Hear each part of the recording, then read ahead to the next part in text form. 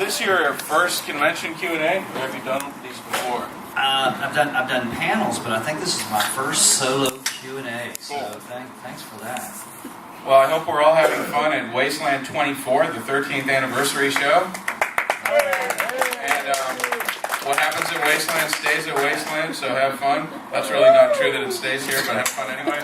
And let's jump right in with the life and times of writer, producer, director, graphic novel writer, Daniel Boyd. So, how did you first become involved with film?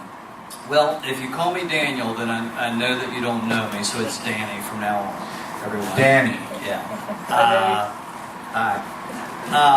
I started in just a film enthusiast, and started playing around with 35 millimeter camera in the late 70s. Fell into a film school in Arkansas, started making documentaries, realized I could tell stories. How'd you get access to a 35 millimeter camera?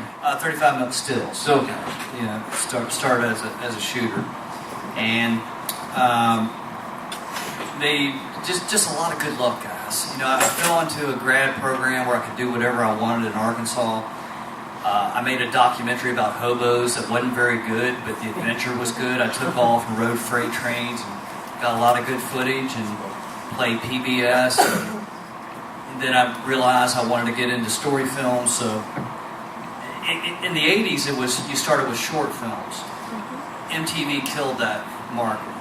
But you started in narrative short films, and at that time there were only a couple cable networks, and the USA Network had this really cool show called Night Flight Radio 1990, and I had a short film that played on there, a gazillion times, and then. And tell us about that short film. Cold as Fairy Dust, silly little 5-minute movie from my homeland of West Virginia, which I got to pimp my upcoming product, Carbon. My epic graphic novel, look for it in March, which is my West Virginia roots, the coal story I've been wanting to tell forever with gods, monsters, and evil coal barons. But to be a filmmaker, you have to transition to features, and again, right time at the right place. It was right at the end of the video boom. If you made a good picture, you could get distribution, and warts and all, we made a decent picture with Chillers, and thank God for it. We were talking earlier, I've made close to 40 movies, but as I've transitioned into graphic narrative, I came back to this title hoping that people would remember it, and thank you for remembering. Why an anthology film for your first project? Well, anthology, it's 5 stories, but there's a wraparound. It's being told by the participants. One, I had next to no budget, and we were shooting film, so I pulled every professional there was, film professional in West Virginia, which is maybe 5 people. At that time, that's what it was. But I couldn't get them for 18 days. So I decided to write a picture that could be shot on weekends. And to maintain continuity, we did a story a weekend over a 9-month period. But honestly, the real reason was I wasn't confident enough in my writing that I could write a full single plot narrative that would carry feature length. And I grew up with it. I grew up with creepy and eerie comics. I don't know if you remember the early Hammer films, Dr. Tongue's House of Horror, where you had, you had 3 movies instead of 1. So, lack of confidence, but practicality as well to shoot the picture. No lack of swimming pool scenes in the. Thanks for that disclaimer. He's leading into my disclaimer. I'm a professor in the real world. But I told my students, I tell people, never make excuses for your work. Ever. But 25 years later, almost to the day, by the way, of the premiere of this movie, I like to make one. It's so slow at the beginning. And here's the reason. We were trying to break in. And we knew that you had to get close to 100 minutes for a distribution deal, because you make all your money in foreign sales, and they're going to cut out 10 minutes. So we were trying like hell to get 100 minutes. So the opening title sequence, you can laugh out loud during it because it's too long. The opening story is too long, but I ask you please wait halfway through the first story, because there's 5 stories that'll pick up. Because then we just said, screw it. Let's cut the best picture we can. And, you know, as filmmakers, some of you are probably filmmakers, if you had time machines, you go back and change everything. Well, we couldn't, we didn't, so here it is. What about the film's soundtrack? Both this movie and Invasion of the Space Creatures have a soundtrack of, you know, pop music, and neither film is really dated. You made good choices with those songs. How did you get in contact with those artists? Thank you. West Virginia is just a very rich culture of artistic talent, and again, good luck. I had this guy Michael Lipton who works with, I don't know if you guys know the show Mountain Stage. It's our national treasure that comes out of our town, and he not only was a great composer, but he knew the really cool emerging bands of the time, and so he was just able to get this West Virginian and national, several Canadians that were, you know, kind of hadn't made big deals yet, but were coming up, and cobbled it together like that. How'd you go about casting the film? Put out a call. Again, it was a really interesting time in Charleston, West Virginia. There was my dean, David Wool, was doing this really interesting experimental theater at the time. It was just really an interesting time with a lot of interesting talent, and we cast the majority of the film from that, and then we did the typical open calls. Well, as I moved forward in my career, I basically kind of had an ensemble of people that I would, you know, pull together and work with. And you used some of the same people from your first film on your second film, Invasion of the Space Creatures. Your first film also definitely has lots of little references towards religion and organized religion. Definitely seems to be a subject that interests you. But Invasion of the Space Creatures is a bigger budget movie, is that right? Yeah, well, I mean, bigger budget by, you know, $70,000 as opposed to $20,000. And again, that sounds like a lot of money to you guys, but this is when we were shooting film. You know, there's a world of difference. So, you know, it was a step up, and it was a 28-day shoot, which was really ambitious at the time. But you're right. I mean, I struggle with faith all the time. I don't know about you guys. My new work, Carbon, my lifelong work that comes out, I'm still struggling with it, you know, and it's part of that. And, you know, I'm jaded and disillusioned by a lot of it. So, you know, it's a surge for me as a creator. What about distribution for your first film, Chillers? A lot of people, it's a Troma, you know, I love being with Troma, by the way. You know, and a lot of people said at the beginning, don't go with Troma because of reputation and that sort of thing. You know what, when I broke into films, there were 30 distributors, I guarantee you. And there's one left today, Troma. And it's kept, if anything, has kept my pictures alive. But what a lot of people don't realize, and did you had the original? Yeah, the original Chillers came out from a company called Radon, small distributor, because they gave me the best deal, and I had approached Troma about it, you know. But you know, I'm a West Virginian. I'm not aggressive, and I didn't really have kind of business savvy. And they didn't bite. So, you know, I shopped it and I sold it to this distributor. And then I met Michael Hers at the after it won the Silver Scroll Award at the American Film Market in LA. And I said, hey Michael, I talked to you about this movie. He said, well, why didn't you call me back? I said, well, I talked to you and you said no. And I'll never forget this. He said, Danny, no doesn't mean no. You should have called me back. I was like, man, I'm from West Virginia. No means no. Well, we became friends, and they put out Space Creatures, and then when the distributor went bankrupt and I was going to lose the picture, Michael Hers of Troma went after it and got it, and that's why it's still alive today. So when you started putting together Space Creatures, what made you decide to make a more overt comedy? I just love those I call them lampoon comedies at the time. My inspiration was the magazine National Lampoon. When it, I'm a horror mark my whole life, and a fan of the weird and the fantastic. But when I was in junior high school and that magazine came out, I said, thank you, God. There are people that think like I do. And then there was Animal House, Blues Brothers, Vacation, and that I wanted to make one of those. I wanted to make one of those, kitchen sink, just goofball with West Virginia humor. So that's fine. And as far as reusing so many people from the first film, did they have to audition, or were you just sort of they were your friends and you had liked their performances and chillers, you just put them in? I wrote. You wrote for them. I wrote around them. I like these people so much, and it's not just friendship, guys. It's practicality. Making films is hard, especially in short time period shooting on film. I knew the people that could deliver, so I knew who fit, and those that didn't, I could write around. And back then, not just everyone or anyone could make a movie because you had to shoot on film by and large to get distribution. What do you think how do you think the ability to shoot on video has affected film distribution?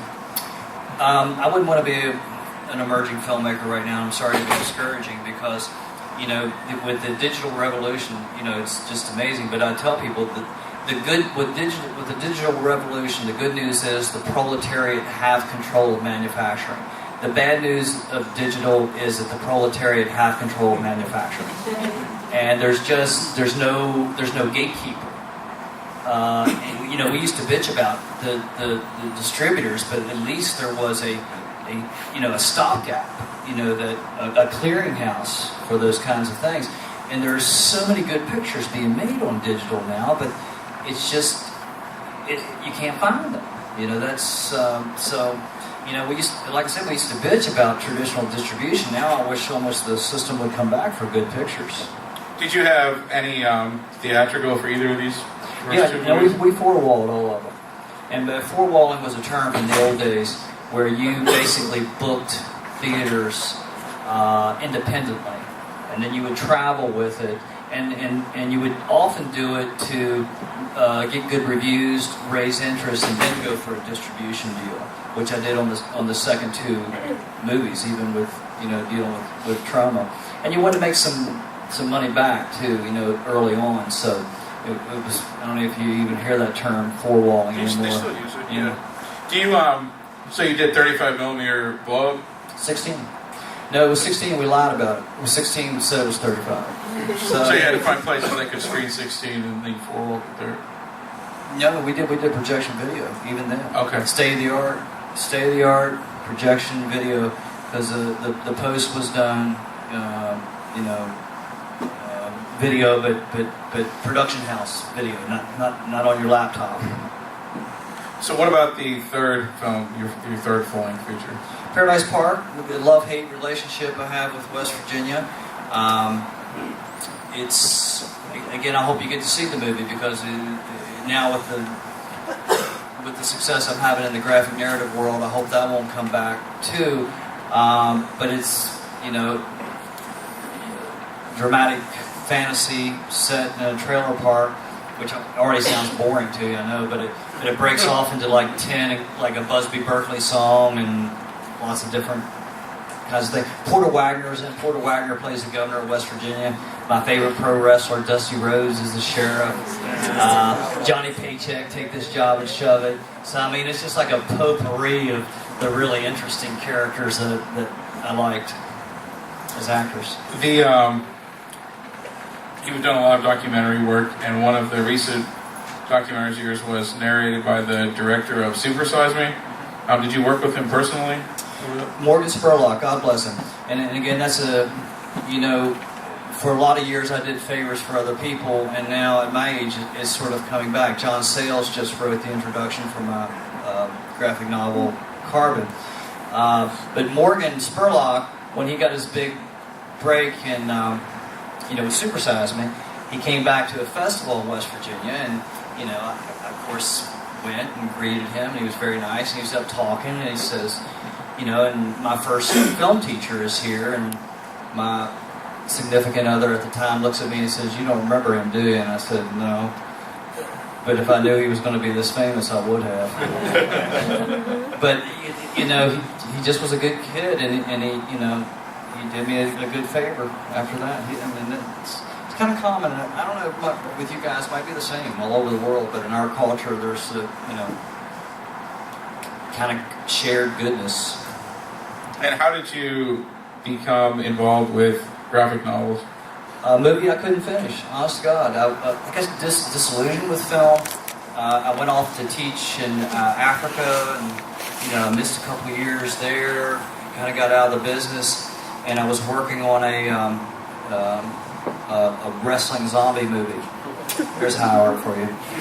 And couldn't get it finished. It just wasn't going to be good enough, and I wasn't going to make a crappy movie, you know.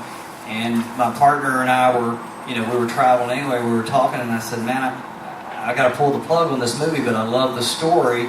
You still read comics, don't you?" And he said, "Yeah, I've been reading them for years." And I said, "Do they still do illustrated novels?" And he said, "I think so." I said, let's adapt it. So we adapted Death Falcon Zero versus the Zombie Slug Lords as an illustrated novel. And during that time, I started reading comics. And I hadn't read comics in over 30 years and went, wow. And I still am. And it's like, at this point, it's about storytelling for me. It's not so much the medium. That's the medium I want to be in. So it's been about 4 years for me, but had to retool. But I'm loving it. I wouldn't be here if not for that. Does anyone have questions for Danny Boyd before we move into the fine feature? Yes, sir. Yes, the very first movie, The Killer, I got the box for it. And I got the movie and everything. And on the cover, it had the tray. And they had like zombies and skeletons. Is that the one you remember? It's a bus with sort of zombies. Okay, maybe it's a bus. Okay. Yeah. But that's it, huh? Mm-hmm. That's the one. Yeah, I bought it for 50 cents on the food market. Man, you know, If it's the radon tape, it's worth a whole lot. yeah, it sure is. And I'm telling you, go grab it and bring it.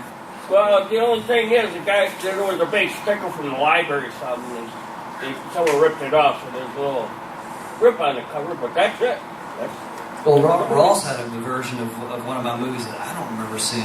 It's funny, they go through all these different incarnations.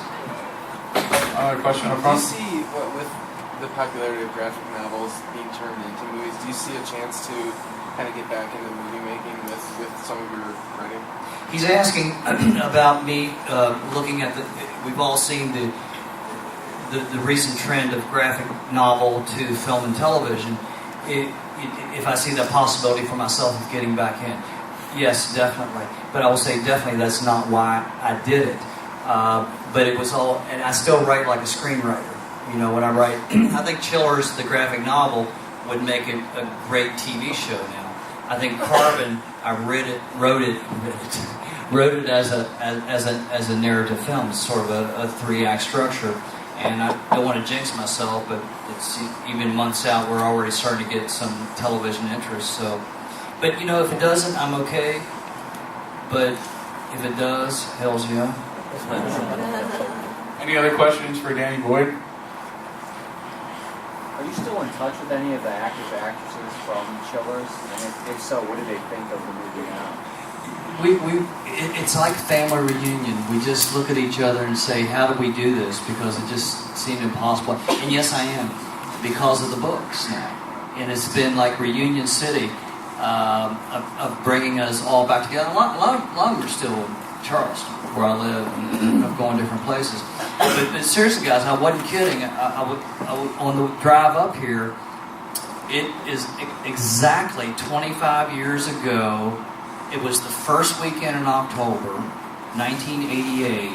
So this might be the exact 25th anniversary of the premiere of this movie. And if not, let's pretend like it is. That's very cool. I have to ask you one follow-up question to his question. What became of the gorgeous, subculture, unspecified, all-in-black vampire girl who does the dance in this movie? She's memorable. I just rewatched the movie, and I rewatched her scene twice.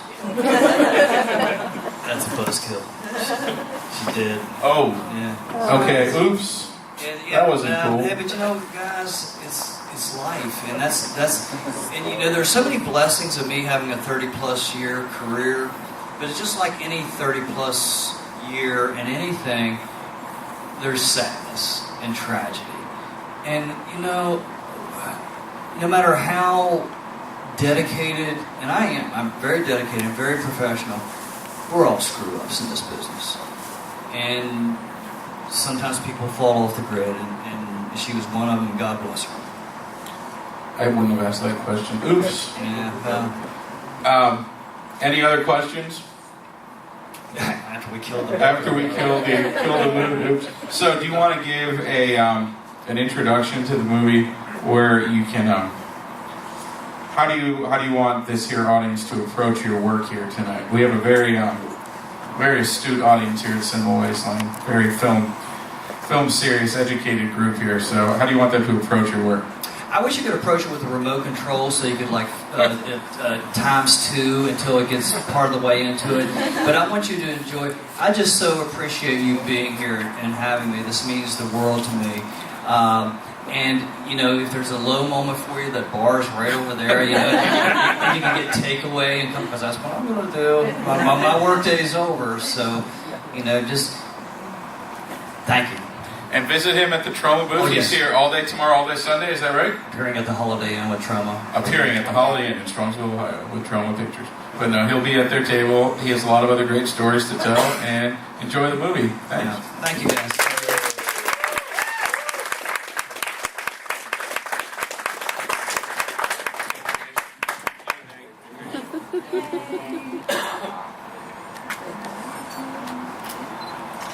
No more for station. He's like, oh yeah. I do the same thing. Thanks a lot. Yeah.